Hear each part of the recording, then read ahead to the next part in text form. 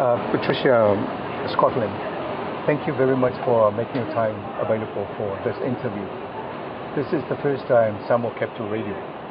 Like I said to you, we're based in New Zealand. We also have a presence in Sāmoa.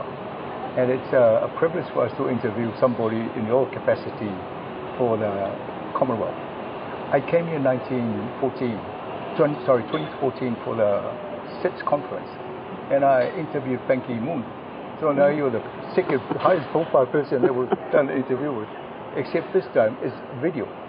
This last time was just audio, so they see our faces now on interview.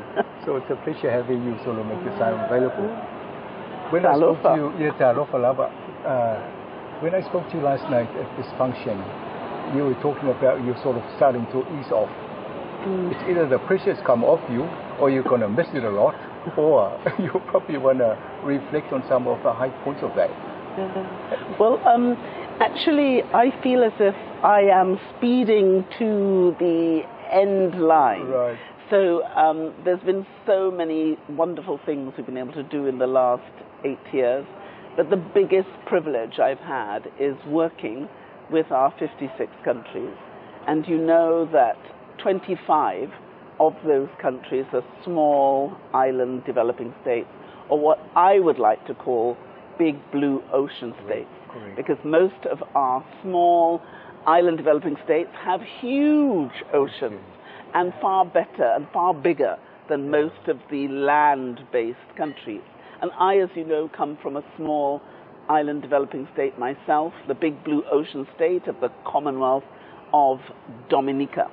But here in Samoa, you have more people than in my country. We only have 72,000, and I think you have 200,000. So for us, you are a big country. I think there's more Samoans living abroad than here. It's probably the same with Dominica. Yes, absolutely. Now, the theme of this CHOCOM, and then sort of trying to reflect on what's happening. And you must have things that you really want to achieve for this. Absolutely. I think one of the most important things we hope will come out of this CHOCOM is our Ocean Declaration. You know that ever since I became Secretary-General, we put climate change right at the top of our agenda. And we know why. If you look at the number of terrible climatic crises we've had, with cyclones and hurricanes and tsunamis, look at what happened to Tonga, the underwater volcano. So these have caused huge problems for all of our members. The debt that has come from those tragedies has been incredibly painful. We hope that when the tsunami or the hurricane came, they wouldn't just take all the wonderful things we had invested in, but they'd take the debt as well. But it doesn't. They leave the debt behind, and we have to rebuild. So we have been working on climate. We produced the Commonwealth Blue Charter. We produced the Commonwealth Living Lands. We've done work on all the areas of debt. We have $4.5 trillion under management through our Meridian. We were looking, what more do we need to do? So we've looked at geospatial data. How can we use the satellite data to help us better predict, better prevent, and work together? And how do we get the money we need to build back better? And we've managed just an investment of $9.2 million to already give into the hands of our member states, particularly the small ones, $365 million, with another $500 million in the pipeline. But you know what many of our people are worrying about. They're worrying about sea level rise. Correct. They're worrying about whether our land will be taken over by the sea. And then if that happens, will someone tell us that the sea that we have loved for millennia is no longer our sea, no longer our ocean? So in Cyprus, we held the very first Commonwealth Ocean Ministers meeting to say, what are we going to do? Because we can't just let this happen to us. We have to do something about it. And our ministers, 56 countries, we came up with the idea we need an ocean declaration. Right.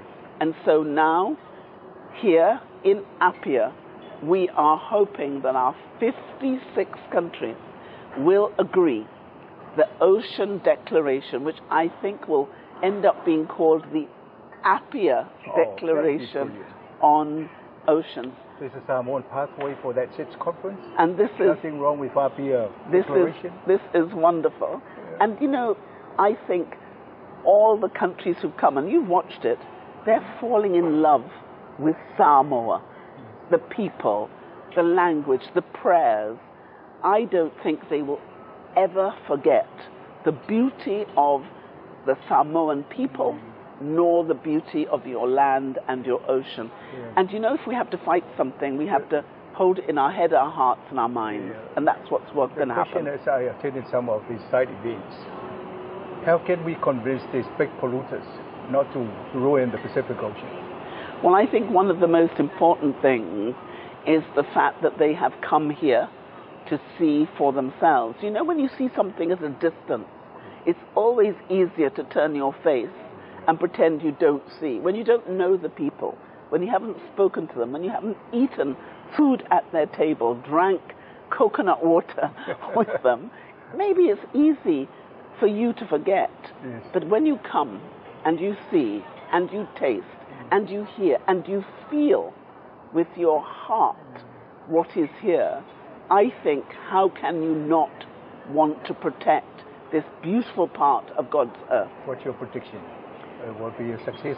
I think it's going to be an amazing success. And when you came here, did you have a hand in deciding to have this forum in Sāmoa? Well, you know, we've been talking about it since I became Secretary-General in 2016.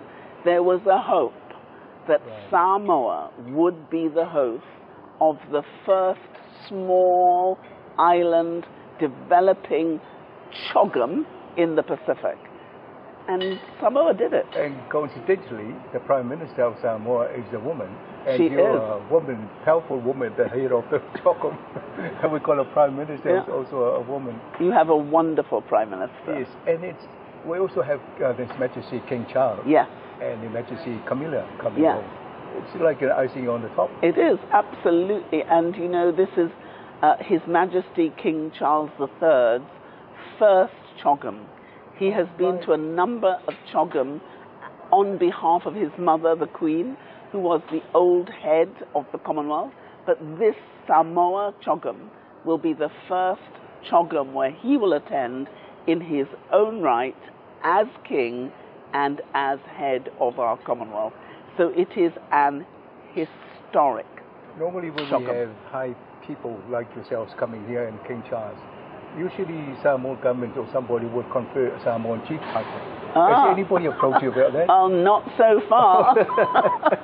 Hey, lovely talking to you. We've got time limitation, but I hope you enjoy the rest of your stay in Samoa. Oh, I'm sorry. And you come back when you're retired from the position, because then you'll have a lot of time to do that. I would love to do that. Yeah. And in fact, one of the proudest things, a number of people have asked me, are you Samoan? Yes. And I say, yes, I am. Just say talofa. Talofa. I say talofa. So, thank you. Thank you very much. And then perhaps you might want to wish all our viewers and listeners that I do. I really want to say to all the people of Samoa, thank you. Thank you for making us welcome. Thank you for flying our flags. Thank you for making your villages open to us and partnering to us. Thank you for allowing us into your hearts, into your homes, and allowing us to taste a little of the beauty that you live every day. And I'd like to say, may God bless you. May He make His face to shine upon you. Be merciful unto all of you. Yes. And may God keep you safe in the very palm of His hand. Yeah. And I hope that you will go from strength to strength, because you are a gift that our Lord has given to the world, and we value you. Yeah. And likewise, we wish you the best, in your whatever your next endeavor is. Thank you. But you know what the place is like. Feel free to come over and holiday in Samoa. Oh, I'd be delighted to come back, and I have made great friendships in this wonderful country with your last Prime Minister, with Fiame when she was deputy, and now to come, both of us, me as Secretary-General and Fiame as Prime Minister. Very special. I would like to very have historic. a Pacific person replacing you. Well, in due course, because we do things on rotation. Yes. So I think after Africa's rotation, it will be the Pacific rotation. Oh, thank you. So we will wait for our turn. Yeah. Thank you very much. Thank you very much. This time. Thank you. Thank you.